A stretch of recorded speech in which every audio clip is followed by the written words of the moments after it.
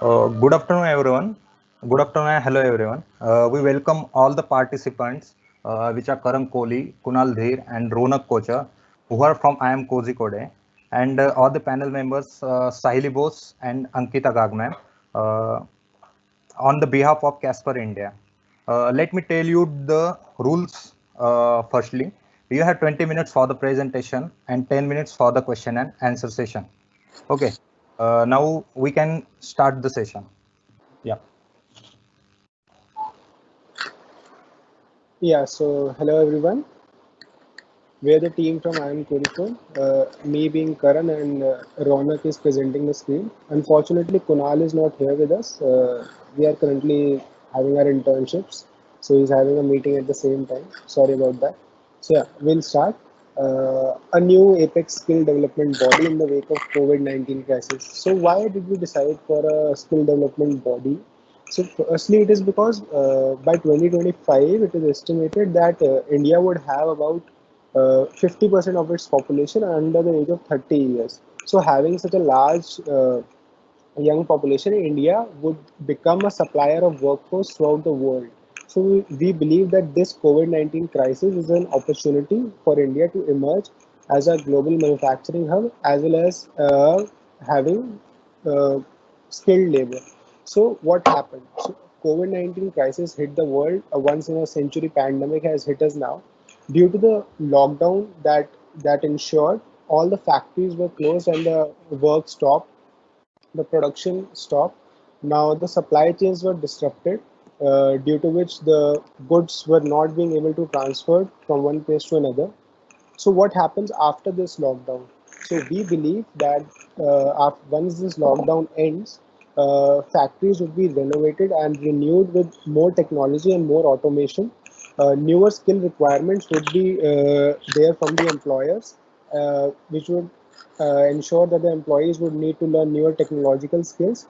And we believe that a newer skill development body would ensure that the employees learn the latest skill and India benefits from it.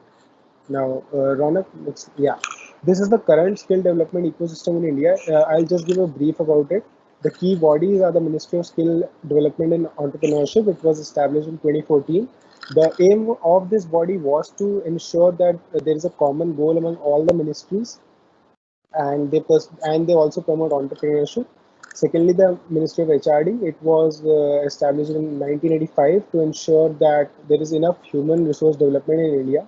The key enablers, the State Skill Development Mission, the National Development Mission, the Labor Laws, Apprentice Act, all of these were established to ensure the adequate disposition of skills in the informal sector mainly. The implementing bodies, the ITIs, Industrial Training Institute, the training providers also ensure that the newer skills are dispersed among the informal labor mostly.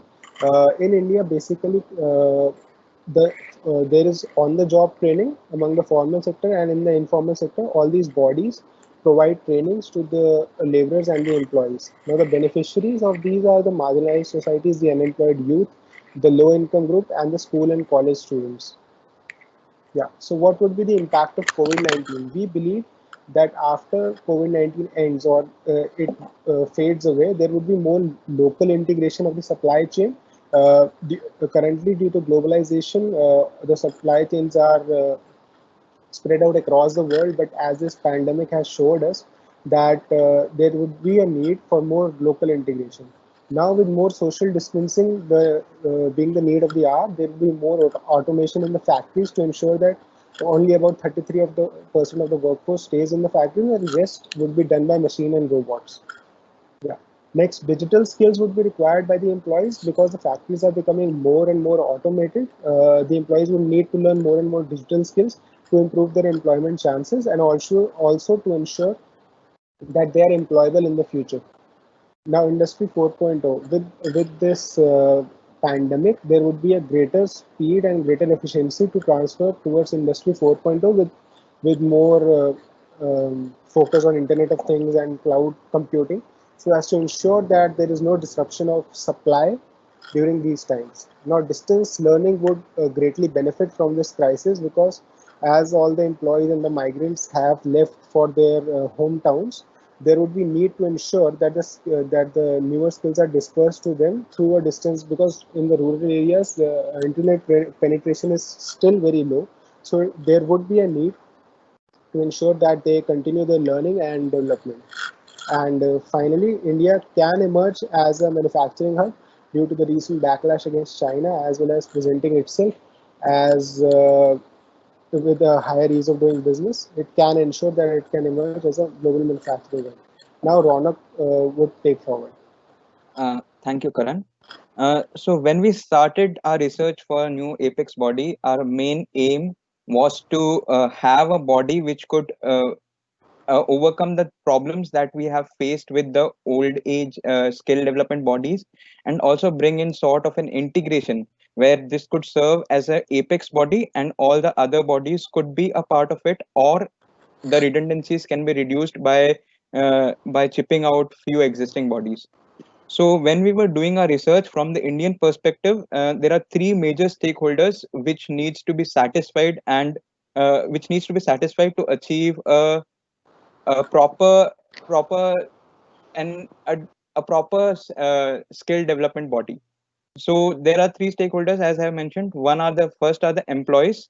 The employees would be the skilled workforce who are available in the market, and the second would be the employees who are available in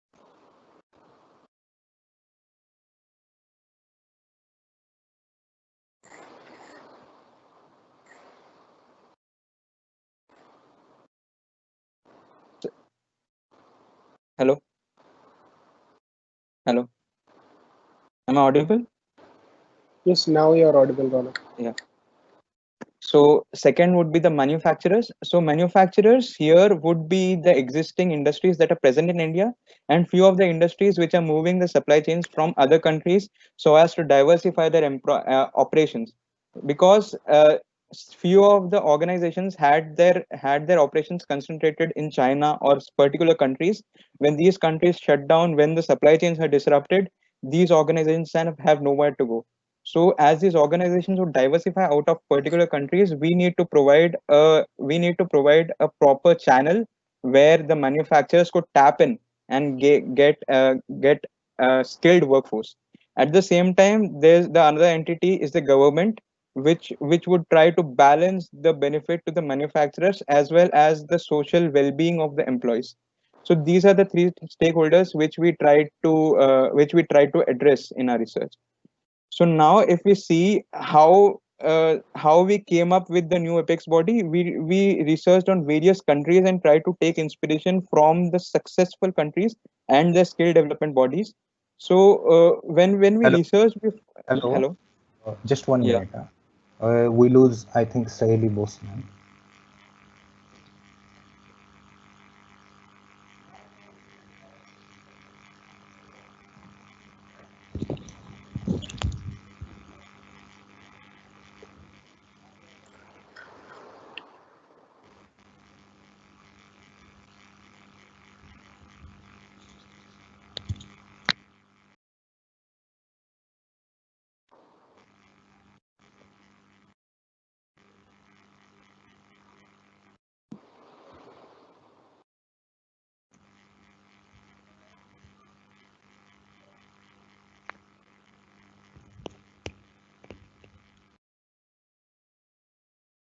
I think there is a network issue with the panel members. Just 1 minute.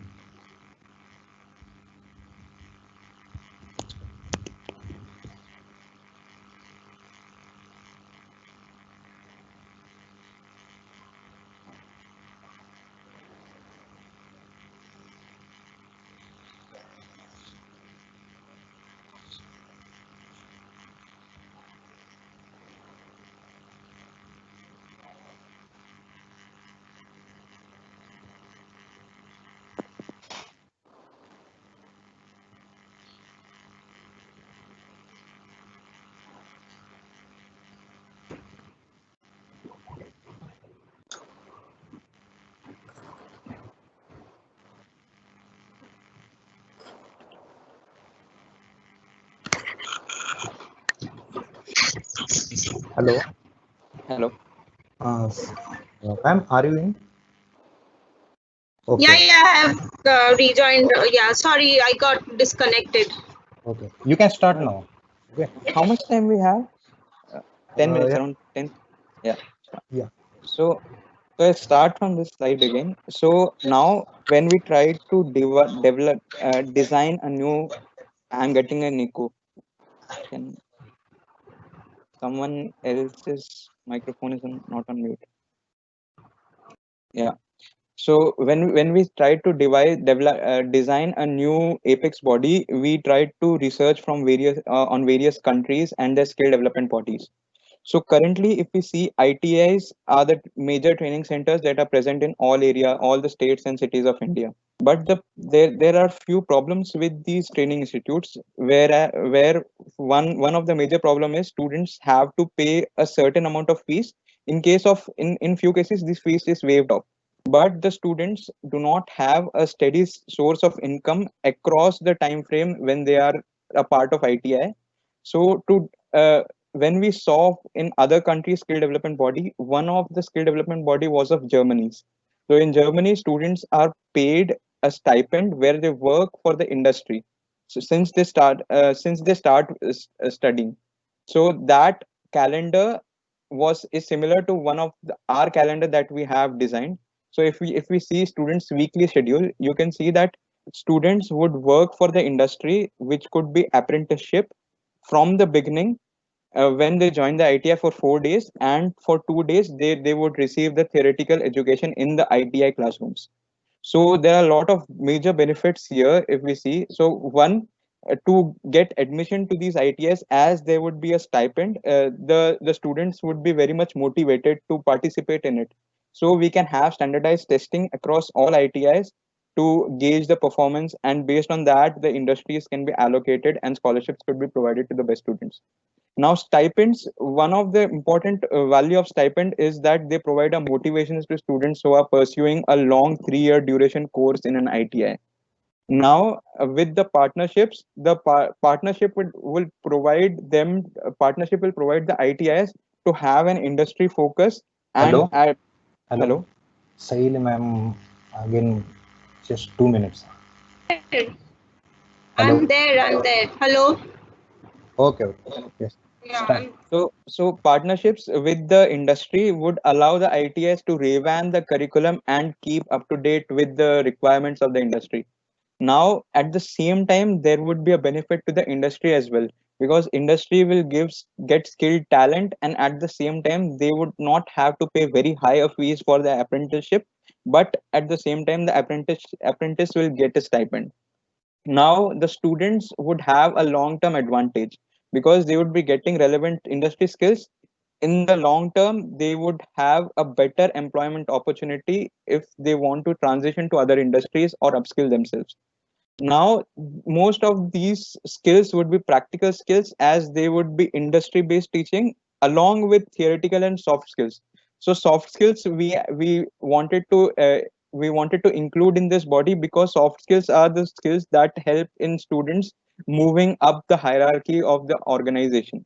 So that was one of the important aspect that we could take from various other skill development bodies across other countries. Now, as the students are spending less time in the institute would have a capacity which would be thrice of the existing capacity. So current model is, first you have a theoretical education in an institute for a few years, then you have an apprenticeship in the industry. Now it would be a continuous apprenticeship from the time you join the industry, and that would free up a lot of space in the training centers, and that in that way they could accommodate a lot more students in the training centers. Now if we go to the uh, now how to facilitate the skill development process. So one of the important problems that we could see was there were few taxes which should be reduced, because this is not directly related to the apex skill body, but actually it enhances the ability of apex skill body to attract industries. So if we reduce the excise duty and other tariffs that present themselves as a barrier to industry manufacturers, we would enable the industry to produce more, and at the same time they could they could create more training centers and enroll a larger amount of Indian youth.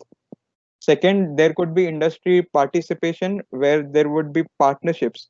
So the free trade partnerships which we are talking with the industries and the countries. So now if we take the example of Bangladesh, so they have a textile free trade partnerships with a lot of countries, including Canada, free trade Pacific agreement with ASEAN, with BIMSTEC, and also other agreements. Because of this Bangladesh gets free access without taxes to other countries. We could encourage similar trade partnerships with a lot of trading blocks. Finally, we would try to propose primary and secondary education improvement. So here we could encourage the improvement in primary and secondary education that could actually provide a base for students who are coming to ITI or the newer training institutes, because this would provide soft skill base to the students who are entering the training centers, and that could make them better choices by the manufacturing and the industries. Next, we tried to propose the organization structure. So the organization structure that you see on the left side of the slide is from the Taiwan Skill Development Agency.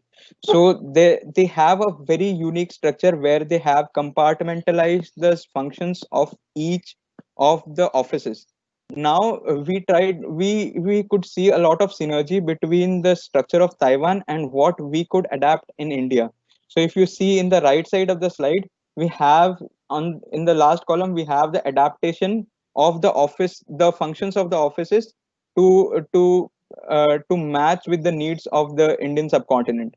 So now if you see the skill development centers and standard section, they could interact with the industry and evaluate the emerging trends. Also they could create admission trust and administer the trust. Now, second would be the site assessment and monitoring training management section. So this would be accreditation, inspecting the training centers, ensuring that they meet the required guidelines. Third would be the special skills certification centers.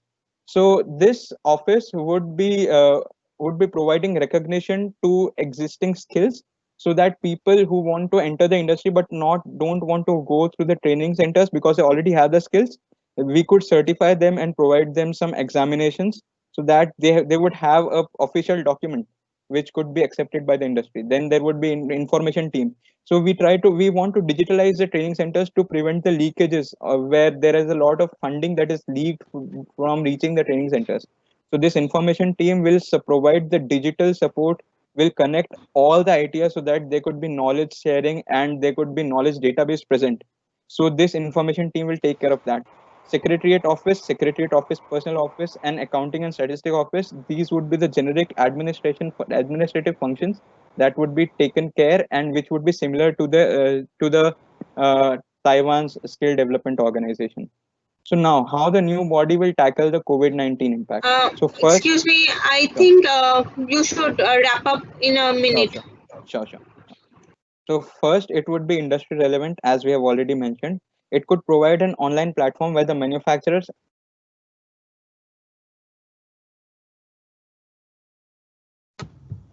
Third, it would be collaborative. The industry would collaborate.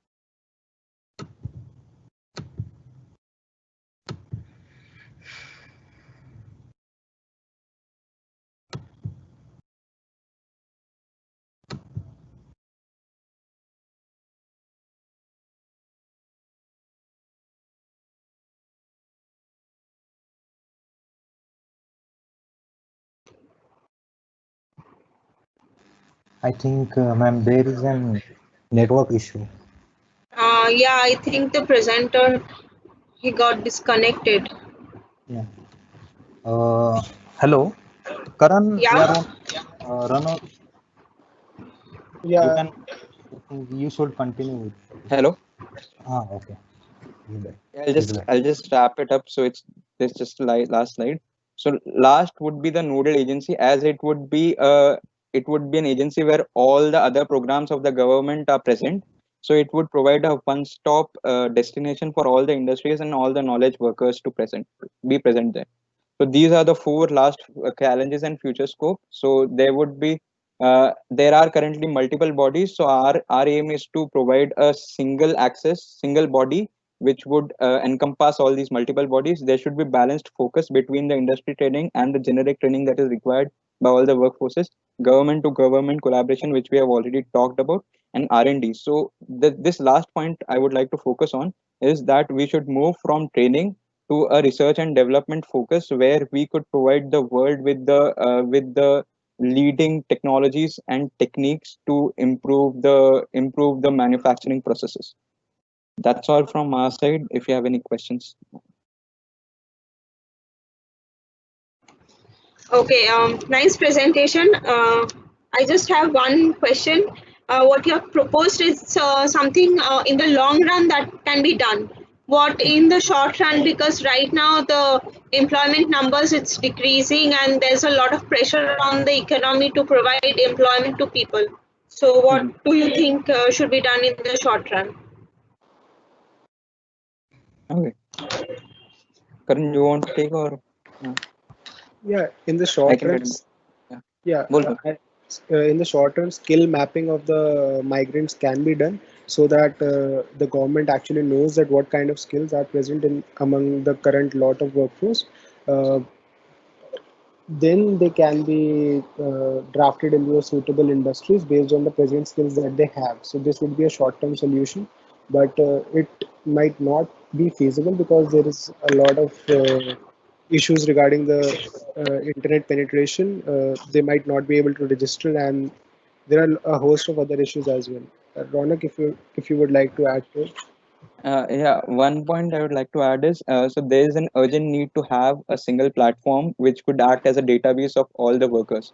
So as we see, there have been a lot of so because of this pandemic, a lot of my workers have to go back to their own states, and they not being registered there, it poses a lot of problems for them to get employment.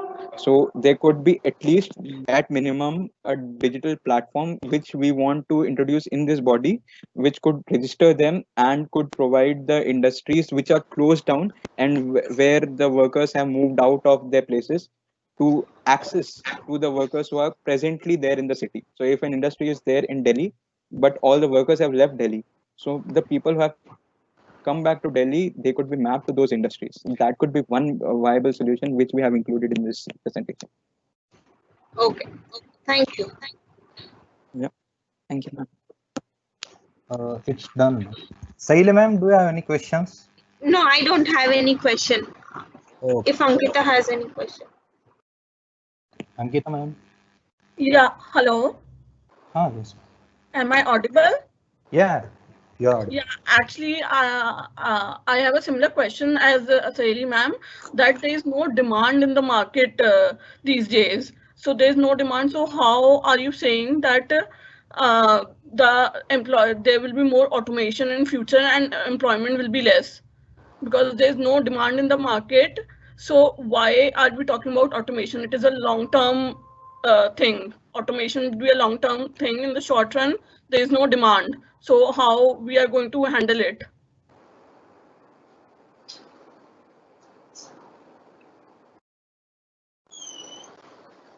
Am I audible? Yeah. So just one point I'd like to make. Yeah, that's true. It's a long term plan, long term design. So automation is one of the aspect that has come into picture, because see, if you see China, so their manufacturing offices have focused a lot on automation in this past few Yeah. years, and now it has been providing rich dividends, because they have been automating their auto manufacturing companies, and this could be adopted by India in future. Yeah, we know it's not a short term plan. It requires a lot of investment and lot of uh, involvement by the government as well as the industry. So yeah, it's a long term plan. So we didn't talk it as a short term plan. It would be a part of the Apex skill development body. Also, Just you talked about diversification of factories into countries like India from China. So it was there when only China had this pandemic, but now in India also it's spreading. So how are you saying that the countries like US, Europe will diversify into countries like India? Because now India and China at the same level as a pandemic says. No, so what I meant from this is, so any country, any organization will be wary of having its complete operations in a particular country, because Yeah. these adverse circumstances might occur in future.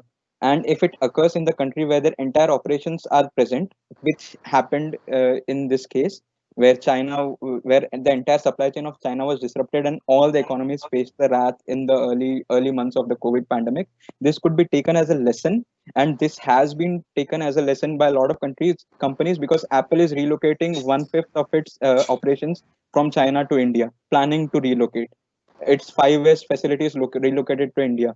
So the thing that we are mentioning here is that there is no safety in concentrating your operations in a single country.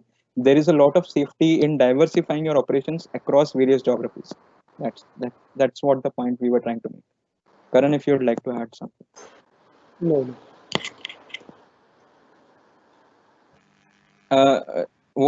So did we answer the question, ma'am? Hello, Ankita ma'am. Hello, Ankita ma'am.